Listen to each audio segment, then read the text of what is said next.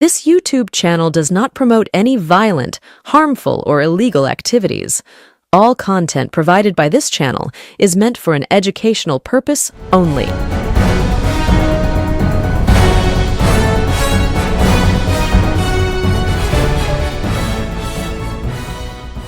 कोई बदलाव की जरूरत नहीं है, बहुत बदलाव है बंगाल में और नहीं चाहिए हम लोग को बदलाव। ममता जीतेगा, ममता सरकार चलेगा। ये वाला नहीं, यहाँ पे हमको मिल गया। নমস্কার, আমি প্রতিবেদক সায়ন্তন চক্রবর্তী। আপনারা দেখছেন বঙ্গচক্ষু ইউটিউব চ্যানেল। দেখুন, বিজেপি পশ্চিমবঙ্গে যুদ্ধে জয়লাভ করার জন্য নিজেদের সমস্ত শক্তি প্রয়োগ করেছে।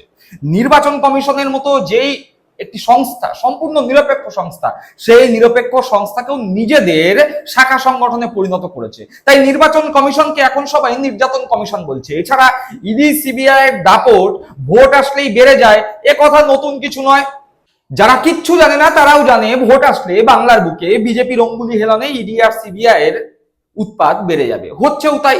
কিন্তু সবকিছুকে ছাপিয়ে গিয়ে বাংলার মানুষ এবার সরাসরি বিজেপিকে বুঝিয়ে দিতে শুরু করেছে বাংলার মানুষ বিজেপির সঙ্গে আর নেই।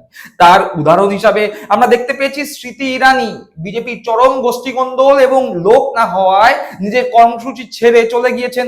আবার দেখা গেছে যে মিঠুন চক্রবর্তী এক জায়গায় গিয়ে দেখলেন রোড শো বা সভা, লোক নেই, গাড়ি থেকেই নামলেন না।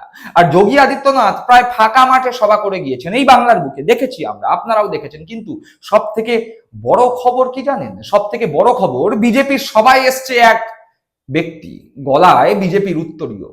বিজেপির সবাই এসেছেন, গলায় উত্তরীয় পড়েছেন, সমস্ত কিছু করার পরেও সেই ব্যক্তি বলছেন ভোট তো আমি দিদিকেই দেবো, আসতে পারি বিজেপির সবাই, পড়তে পারি গলায় বিজেপির উত্তরীয়, কিন্তু ভোট দিদিকে দেব, দেখাবো সেই জিনিস, সেই বক্তব্য। কিন্তু তার আগে আরো একটি সমীক্ষা, এবং সেই সমীক্ষাতেও জয় জয়কার কার? জয় জয়কার মমতার। দেখুন সেই সমীক্ষার রিপোর্ট। সেই সমীক্ষায় বলছে পশ্চিমবঙ্গের বিধানসভা নির্বাচন, টোটাল আসন, মোট আসন 294। তৃণমূল কংগ্রেস পেতে চলেছে 223, বিজেপি 68, কংগ্রেস 2টি, সিপিএম 1টিও না, আইএসএফ 1টি। এই সমীক্ষাতেও ধরা পড়ছে তৃণমূল কংগ্রেসের 220 পার। তৃণমূল কংগ্রেস অবশ্যই 220 পার করছে এই সমীক্ষা। যেভাবে এই সমীক্ষা বাংলার গর্ব মমতা, অর্থাৎ পশ্চিমবঙ্গের শাসক দল তৃণমূল কংগ্রেসের অন্যতম একটি জনপ্রিয় ফেসবুক পেজ, সেখান থেকে শেয়ার করা হয়েছে। এর পাশাপাশি আমরা বঙ্গচক্ষু ইউটিউব চ্যানেলের পর্দায় বলে দিয়েছিলাম যে আমরা আর কোনো জনমত সমীক্ষা করছি না, আমরা ফাইনাল রিপোর্ট দেখিয়ে দিয়েছিলাম।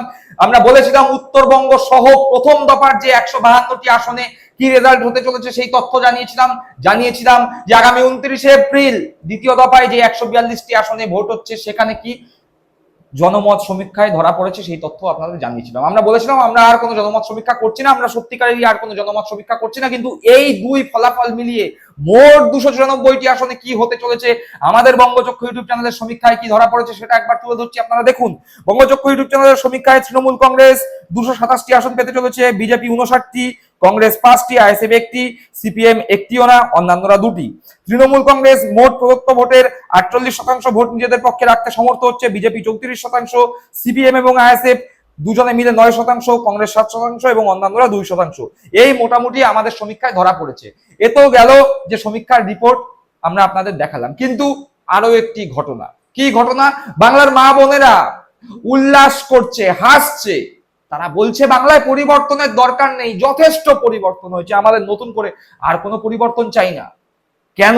তাদের মুখ থেকে শুনুন। इस बार भी आएगी दीदी, आ रही है, आ चुकी है, इस बार दीदी का ही जीत होगा। मोदी जी कह रहे हैं बदलाव होने जा रहा है।